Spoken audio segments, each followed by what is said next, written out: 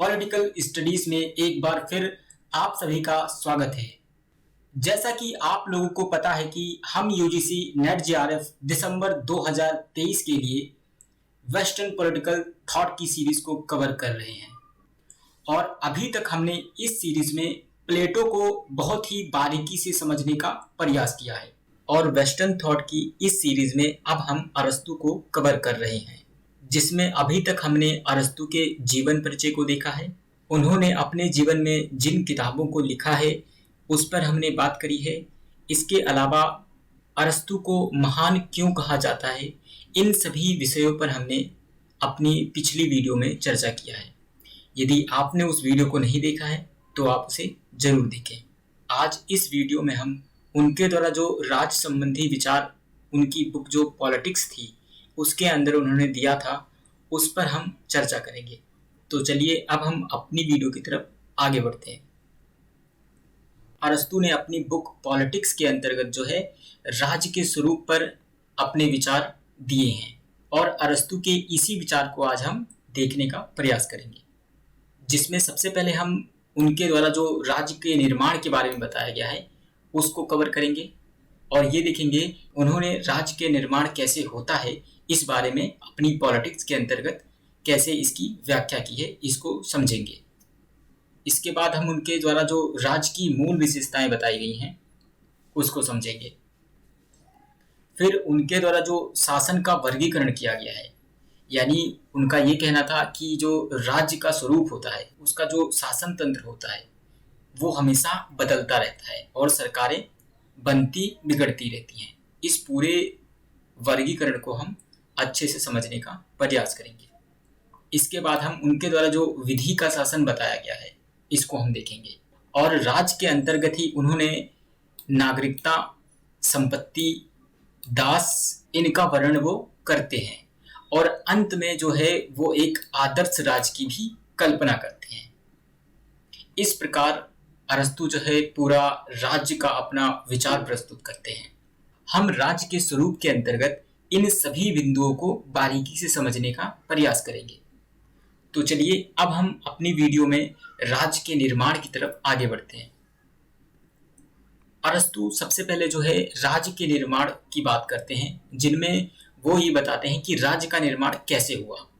हम फिलॉसफी के अंतर्गत जहां पर एक समझौतावादी दृष्टिकोण देखते हैं, जिसमें हॉब्स, लॉक, रूसो, इन्होंने राज्य के निर्माण को एक समझौता बताया है और ये बताया इन्होंने कि राज्य का निर्माण जो है वो विभिन्न लोगों के बीच में आपसी समझौते का परिणाम है। इन सभी विचारकों ने ये बताया कि राज्य में जब अव्यवस्था उत्पन्न हो जाती है और शासन व्यवस्था नहीं चल पाती, तब कुछ व्यक्ति मिलकर आपस में समझौता करते हैं और उस समझौते के परिणाम स्वरूप राज्य या सरकार का निर्माण होता है। लेकिन अरस्तु के विचार इससे भिन्न हैं। उन्होंने राज्य के निर्माण के लिए एक बहुत ही अलग अवधारणा हमारे सामने प्रस्तुत की। अब हम उनके द्वारा जो राज्य के निर्माण की प्रक्रिया रही या राज्य का निर्माण कैसे हुआ उसको समझने का प्रयास करते हैं।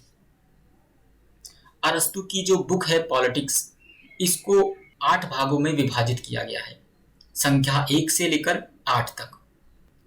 अरस्तु जो पॉलिटिक्स का भाग 1 है उसके अंतर्गत जो है वो राज्य के निर्माण की बात करते हैं।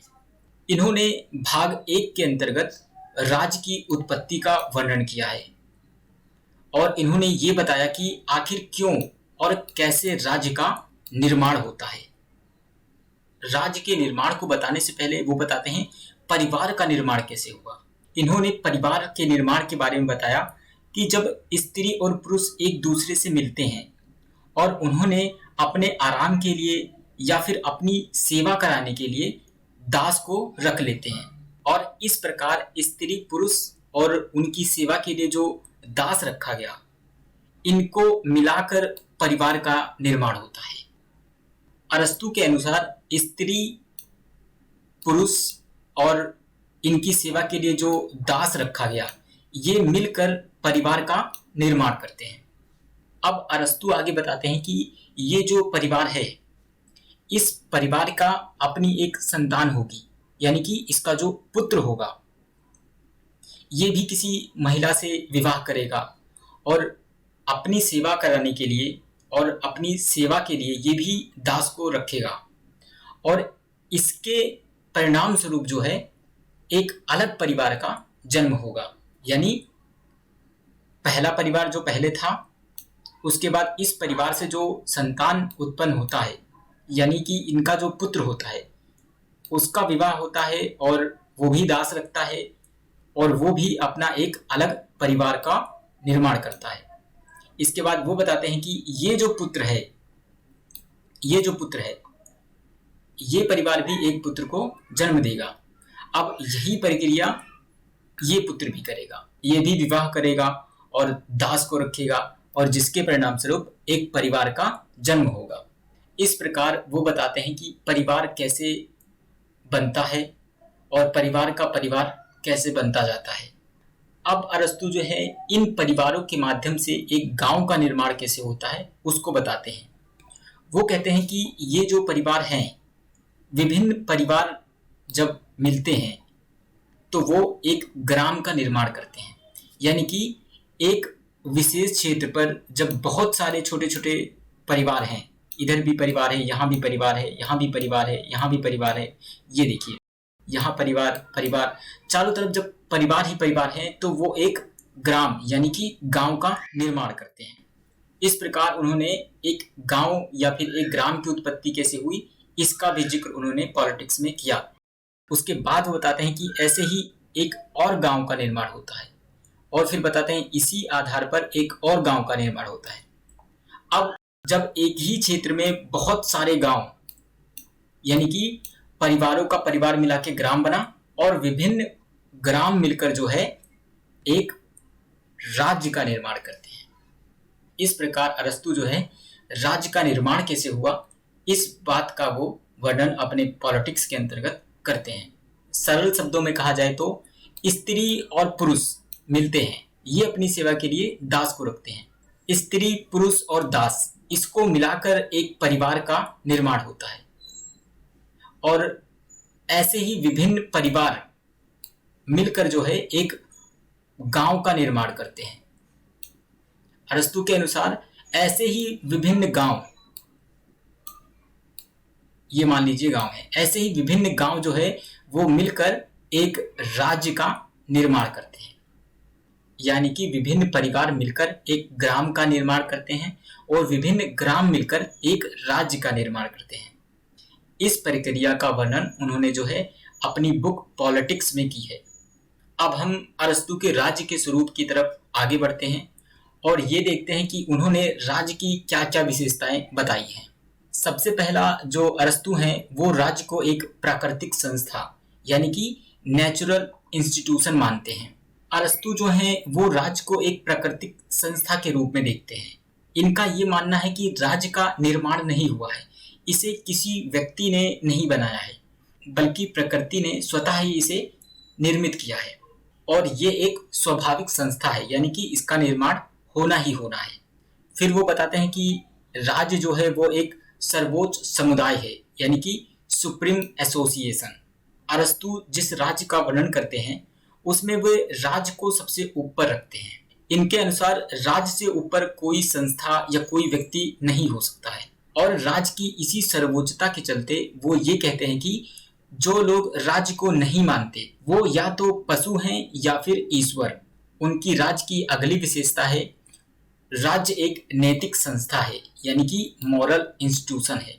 अरस्तु का जो राज्य है वो नैतिक संस्था के रूप में भी कार्य करेगा, अर्थात राज्य जो है व्यक्ति के कल्याण में अपनी भूमिका निभाएगा। राज्य जो है वो व्यक्ति के लिए एक सद्जीवन की सिद्धि के लिए कार्य करेगा, यानी उनके जीवन को अच्छा करने और व्यक्ति के कल्याण में अपना योगदान देगा। इस प्रकार वो जो है राज्य को एक नैतिक संस्था भी मानते हैं। उनकी अगली जो विशेषता है वो है राज्य एक जैविक या फिर आंगिक इकाई है या संस्था है, ऑर्गेनिक स्टेट। अरस्तु जो है वो राज्य को आंगिक मानते हैं। राज्य के अंदर जो भी है वो सब राज्य का एक अंग है, और ये सब मिलकर जो है राज्य का निर्माण करते हैं। अरस्तु यहाँ व्यक्ति और राज्य में वैसा ही संबंध मानते हैं जैसा कि एक शरीर और उसके विभिन्न अंगों के बीच में होता है, इसीलिए अरस्तु जो है वो राज्य की परिभाषा करते हुए इसे एसोसिएशन ऑफ एसोसिएशन कहते हैं, यानी सहचारियों का सहचर्य। राज्य की अगली जो विशेषता है वो है राज्य मनुष्य से पहले है। अरस्तु के अनुसार जो राज्य है वो मनुष्य से पहले है। अरस्तु की यहाँ ये जो बात है ये हमें थोड़ी सी अटपटी लग सकती है, क्योंकि इतिहास और समय को देखा जाए तो व्यक्ति का निर्माण सबसे पहले होता है, यानी व्यक्ति का जन्म सबसे पहले हुआ और फिर राज्य आता है, ऐसा माना जाता है। लेकिन अरस्तु का कहना है कि राज्य पहले आया और व्यक्ति केवल इसका एक अंग है और राज्य के बाद जो है वो मनुष्य है। ऐसा क्यों संभव हुआ? क्योंकि जो अरस्तु हैं वो राज्य को प्राकृतिक संस्था एक तो मानते हैं, दूसरा जो है वो ऑर्गेनिक स्टेट मानते हैं।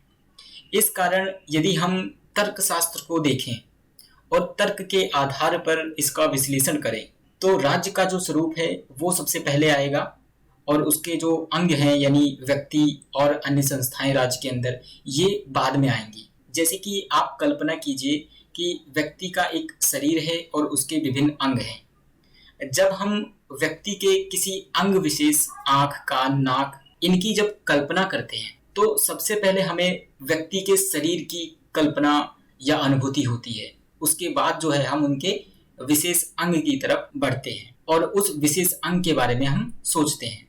यानी सबसे पहले व्यक्ति का शरीर आता है और फिर उसके बाद उसके शरीर के अंदर जो अंग हैं वो आता है। इसी प्रकार अरस्तु बताते हैं राज्य सबसे पहले है और मनुष्य उसके बाद है। क्यों? क्योंकि मनुष्य जो है वो राज्य का ही एक अंग है। दूसरी जो अरस्तु की राज्य की जो विशेषता है वो है ये राज्य को आत्मनिर्भर संस्था मानते हैं। अरस्तु के अनुसार राज्य जो है वो अपने आप में जो है आत्मनिर्भर है, ये किसी पर डिपेंड नहीं है। इनका मानना है कि राज्य को किसी ऐसे संस्था की भी जरूरत नहीं है जो इसका भरण पोषण करे। वो कहते हैं कि राज्य अपने आप में ही एक मजबूत इकाई है और ये एक आत्मनिर्भर संस्था है। इस प्रकार हम जो है अरस्तु जिस राज्य की कल्पना करते हैं, जिस स्वरूप को वो पॉलिटिक्स के अंतर्गत रेखांकित करते हैं, उनकी इन विशेषताओं को हम देख सकते हैं, जिनमें सबसे पहले राज्य को वो एक प्राकृतिक संस्था मानते हैं, यानी कि इसको किसी ने निर्मित नहीं किया है बल्कि इसका प्राकृतिक रूप से स्वतः ही जन्म हुआ है। फिर इसके बाद वो राज्य को सर्वोच्च समुदाय मानते हैं। वो राज्य को एक नैतिक संस्था भी मानते हैं क्योंकि राज्य जो है वो व्यक्ति के कल्याण के लिए कार्य करेगा।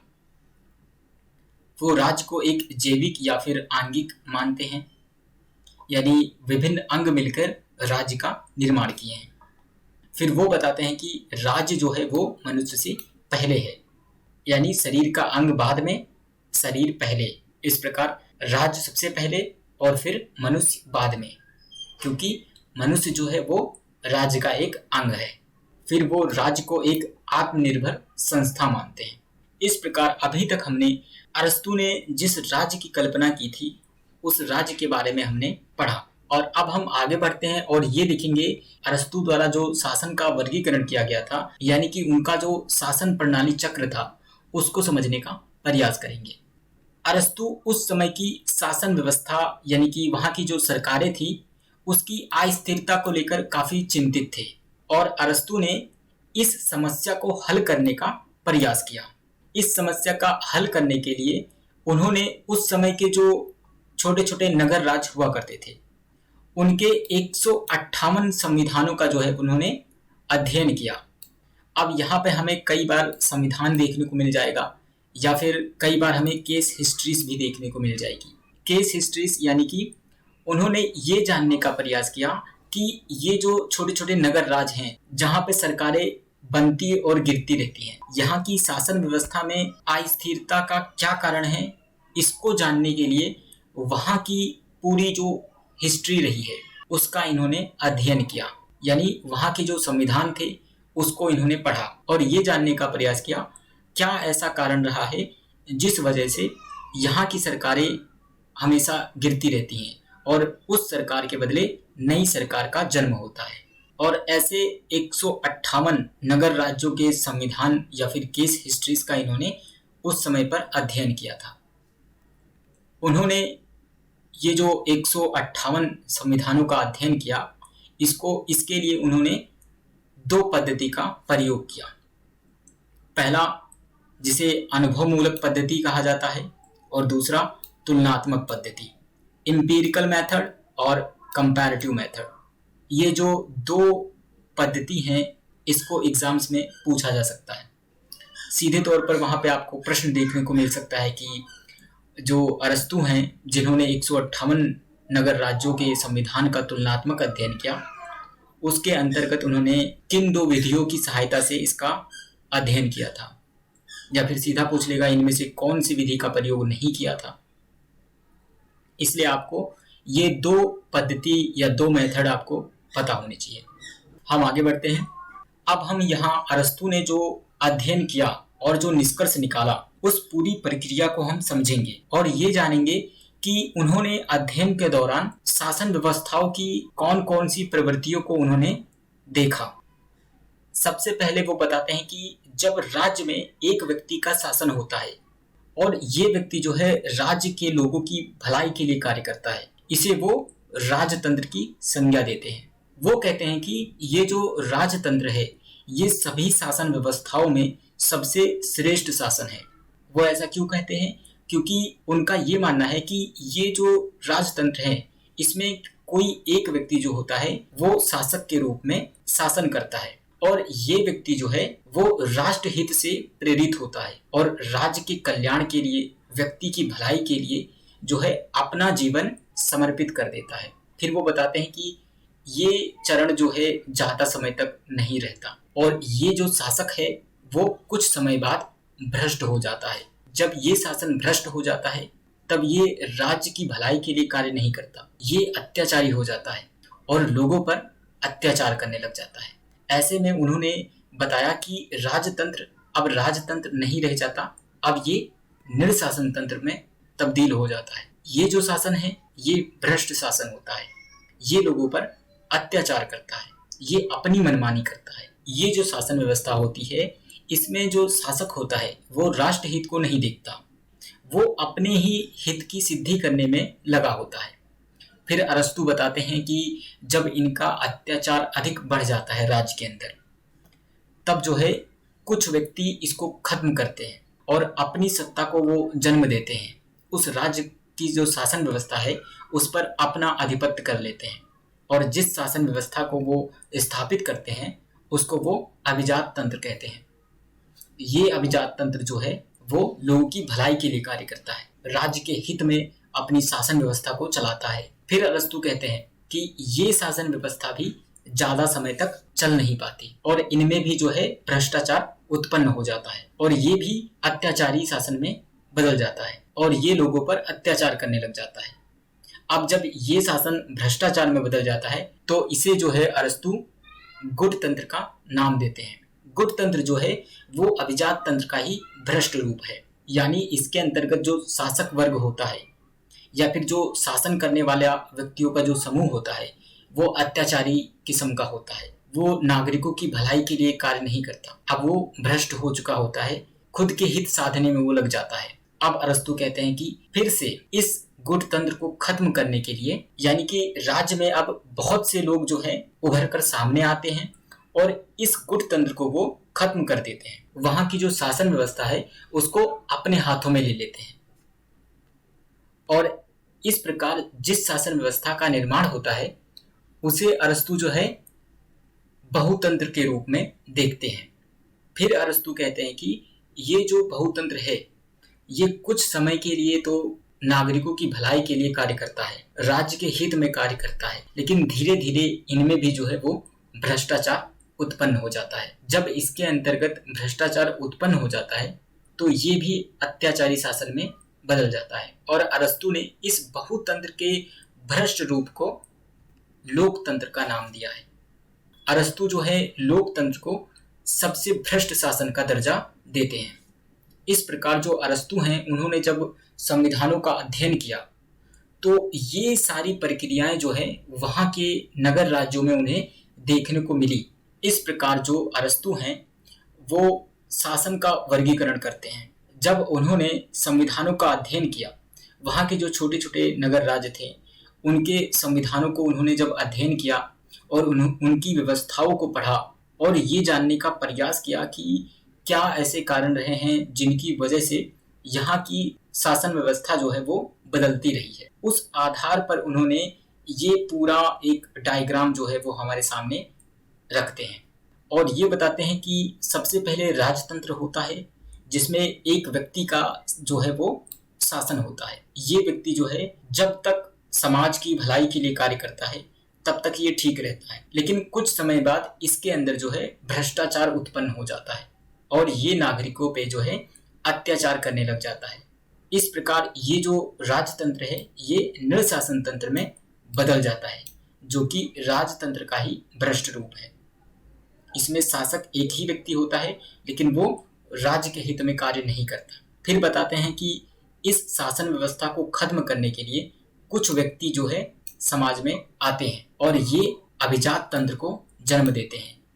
इस व्यक्ति से शासन को छीनकर अपने हाथ में ले लेते हैं और अभिजात तंत्र का निर्माण करते हैं। परंतु कुछ समय बाद ये जो अभिजात तंत्र है इसमें भी भ्रष्टाचार जो है वो उत्पन्न हो जाता है और ये गुट तंत्र में बदल जाता है।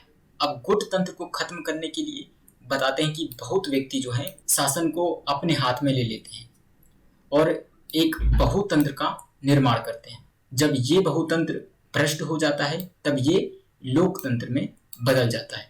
इस प्रकार जो अरस्तु हैं वो ये जो तीन शासन है इसको भ्रष्ट शासन का दर्जा देते हैं और यहाँ की जो ये तीन शासन है राजतंत्र, अभिजात तंत्र और बहुतंत्र, इसको वो एक सामान्य शासन का दर्जा देते हैं। इस फोटो में जो है आप शासन प्रणालियां कैसे बदलती रहती हैं राज्य के अंदर उसको आप देख सकते हैं, जिसमें सबसे पहले राजतंत्र आता है। जब ये भ्रष्ट हो जाता है तब ये निरशासन तंत्र में बदल जाता है और इसको खत्म करके अभिजात तंत्र का जन्म होता है और ये अभिजात तंत्र जब भ्रष्ट हो जाता है तब ये गुट तंत्र में बदल जाता है और गुट तंत्र को खत्म करने के लिए अभिजात तंत्र का जन्म होता है। अभिजात तंत्र जब भ्रष्ट हो जाता है तब ये लोकतंत्र में जन्म होता है और अरस्तु के अनुसार अब जो है इस लोकतंत्र को खत्म करने के लिए कोई एक व्यक्ति फिर अस्तित्व में आएगा और वो फिर से जो है राजतंत्र की स्थापना करता है। इस प्रकार जो समाज में है वो पूरी शासन प्रणाली चलती रहती है। अब हम ये समझने का प्रयास करेंगे कि अरस्तु ने इस पूरी अस्थिरता का क्या समाधान निकाला था। अब यहाँ पर हम उस समाधान के बारे में बात करेंगे जो अरस्तु ने एक स्थिर शासन व्यवस्था के लिए जरूरी बताया। उन्होंने मिश्रित संविधान को अस्थिरता का समाधान बताया और कहा कि किसी भी राज्य में स्थिर शासन व्यवस्था के लिए मिश्रित संविधान को अपनाया जाना चाहिए और ये मिश्रित संविधान जो है उसमें राजतंत्र और लोकतंत्र दोनों के गुण जो है वो पाए जाएंगे। अरस्तु का मुख्य ध्येय ऐसे संविधान का पता लगाना था जो उस समय नगर राज्यों में लगातार हो रहे शासन या फिर सरकार की अस्थिरता को रोक सके तथा एक स्थिर शासन का निर्माण कर सके। साथ ही साथ यह राज्य लोगों को एक अच्छा जीवन जीने की परिस्थितियां उपलब्ध कराए और इसके लिए वो जिस संविधान को निष्कर्ष के रूप में देते हैं वो मिश्रित संविधान होता है जिसके अंदर राजतंत्र और लोकतंत्र दोनों के गुण पाए जाएंगे। इसी को अपनाकर एक राज्य में जो है एक स्थिर शासन की स्थापना की जा सकती है। वो बताते हैं कि स्थिर राज्य वो हो सकता है जिसमें राजतंत्र और लोकतंत्र का प्रयोग किया जाए ताकि न्यायपूर्ण कानून पर आधारित शासन को स्वतंत्र और सहमति के सिद्धांत से संचालित किया जा सके। इस प्रकार अरस्तु जो हैं वो एक मिश्रित संविधान के समर्थन में थे। वो इसके लिए तर्क भी देते हैं और कहते हैं कि मान लो यदि राज्य के अंदर असंतुलन उत्पन्न हो जाता है या फिर परस्पर विरोधी प्रवृत्तियां हमें समाज के अंतर्गत देखने को मिलती हैं जिसमें हम क्रांति को देख सकते हैं।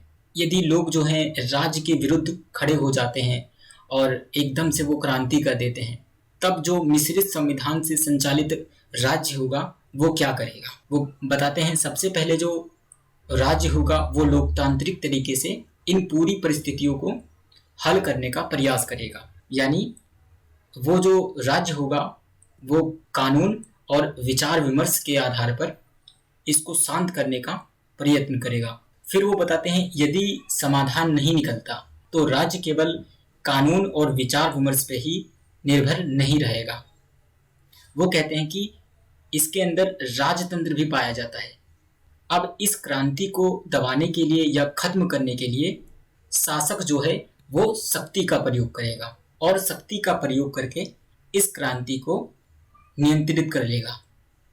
इस प्रकार से राज्य के अंदर जो परस्पर विरोधी प्रवृत्तियां या असंतुलन उत्पन्न हुई है इसको रोका जा सकता है। इस प्रकार राज्य की जो शासन व्यवस्था है वो निरंतर स्थायी रूप से चलती रहेगी। अब हम अपनी वीडियो में आगे बढ़ते हैं और ये देखेंगे कि अरस्तु ने किस प्रकार से विधि के शासन को अपनी बुक में परिभाषित किया है या उसको वर्णित करने का प्रयास किया है। अरस्तु जब राज्य की प्रकृति या इसके स्वरूप पर विचार कर रहे थे उसी समय वे राज्य के अंदर दो प्रकार की व्यवस्थाओं का भी विश्लेषण करते हैं। ये कौन कौन सी दो व्यवस्थाएं थी इसको हम देखते हैं, जिसमें सबसे पहले वे विधि के शासन की बात करते हैं यानी रूल ऑफ लॉ। इसमें सरकार प्रचलित कानून के रूप में अपने देश की शासन व्यवस्था को चलाती है। कहने का अर्थ ये कि समाज में कुछ नियम कुछ कायदे कानून होते हैं जिसको सब लोग पालन करते हैं, जिसका सब लोग पालन करते हैं और उसी के अनुरूप जो है वो शासन व्यवस्था चलती है। एक तो ये व्यवस्था उन्होंने देखी और दूसरी पूर्ण सत्तावादी। इसके अंतर्गत क्या होता है कि इसमें सरकार किसी भी कानून से नहीं बंधी रहती। इसमें सरकार जो है वो अपनी मर्जी से कार्य करती है और अपनी मर्जी से सारे फैसले लेती है। ये जो दो व्यवस्थाएं हैं इसके बारे में अरस्तु जिक्र करते हैं। इन व्यवस्थाओं का विश्लेषण वो कब करते हैं, इन दो व्यवस्थाओं के बारे में अरस्तु को कब पता चलता है, जब वो राज्य की प्रकृति या उसके स्वरूप पर विचार कर रहे होते हैं और जब उन्होंने बहुत सारे संविधानों को पढ़ा था और अलग अलग राज्यों में कैसे सरकारें चल रही हैं उन सब का जब अध्ययन किया था, वहीं से ये जो दो शासन व्यवस्थाएं हैं इसके बारे में अरस्तु को जानकारी मिलती है। अरस्तु ने राजतंत्र को पूर्ण सत्तावादी व्यवस्था के अंतर्गत रखा है। वे कहते हैं कि ये नगर राज्य में शासन व्यवस्था को बनाए रखने में सबसे अच्छी व्यवस्था है। ये अच्छी व्यवस्था क्यों है, ऐसा वो इसलिए कहते हैं क्योंकि इसमें जो शासक है वो राज्य हित से प्रेरित होता है, वह राज्य की भलाई के लिए ही कार्य करता है। फिर वो बताते हैं कि ये जो पूर्ण सत्तावादी या राजतंत्र जो है ये आगे चलकर राज्य हित को त्याग देता है और अब ये अपनी पूर्ण सत्ता का प्रयोग जो है अपने हित में करता है। अब ये जो पूर्ण सत्तावादी व्यवस्था है या जो राजतंत्र है वो भ्रष्ट हो जाता है, तब ये निरशासन तंत्र में बदल जाता है। इस प्रकार जो अरस्तु हैं वो विधि के शासन यानी रूल ऑफ लॉ को व्यवहारिक रूप से उत्तम शासन मानते हैं। यहाँ ये बात जानना बहुत जरूरी है कि उन्होंने जो विधि के शासन की बात करी वो केवल जो पूर्ण सत्तावादी या राजतंत्र है इसका खंडन करने के लिए किया था। वो बताते हैं कि राजतंत्र या जो पूर्ण सत्तावादी व्यवस्था होती है इसमें कोई कायदे कानून या नियम नहीं होते हैं, जिससे जो शासक होता है वो मन चाहे कार्य करता है और अत्याचारी प्रवृत्ति उसके अंदर देखी जाती है और वो अत्याचार करने लग जाता है। इस प्रकार जो अरस्तु हैं वो तर्क देते हैं कि यदि राज्य में कुछ नियम या कायदे कानून हो जिससे जो शासक है वो बंधा हो, ऐसे में जो सत्ता का दुरुपयोग है वो सीमित हो जाएगा और राज्य के अंदर शासन व्यवस्था बनी रहेगी। इस आधार पर जो है वो विधि के शासन का वर्णन करते हैं। अब हम अपनी अगली वीडियो में अरस्तु के नागरिकता संबंधी विचारों को देखेंगे। इसके अतिरिक्त हम उनके संपत्ति संबंधी विचार को देखेंगे, दास को लेकर उन्होंने क्या विचार दिए हैं उसको देखेंगे और उन्होंने अंत में जो एक आदर्श राज्य की कल्पना करी है उसके बारे में चर्चा करेंगे। आप सभी लोगों का ये वीडियो देखने के लिए धन्यवाद। यदि आप राजनीतिक विज्ञान के स्टूडेंट हैं या फिर आप UGC net JRF CUET PG या पीएचडी की तैयारी कर रहे हैं तो आप इस यूट्यूब चैनल को ज़रूर सब्सक्राइब करें। इसके अलावा आप हमें फेसबुक और इंस्टाग्राम पर भी फॉलो कर सकते हैं, या फिर आप पॉलिटिकल साइंस से संबंधित बुक्स, स्टडी मटेरियल व नोट्स पाना चाहते हैं तो आप हमारे टेलीग्राम ग्रुप से भी जुड़ सकते हैं। इन सभी का जो लिंक है वो इस वीडियो के डिस्क्रिप्शन बॉक्स में दिया हुआ है। एक बार फिर आप सभी का बहुत बहुत धन्यवाद।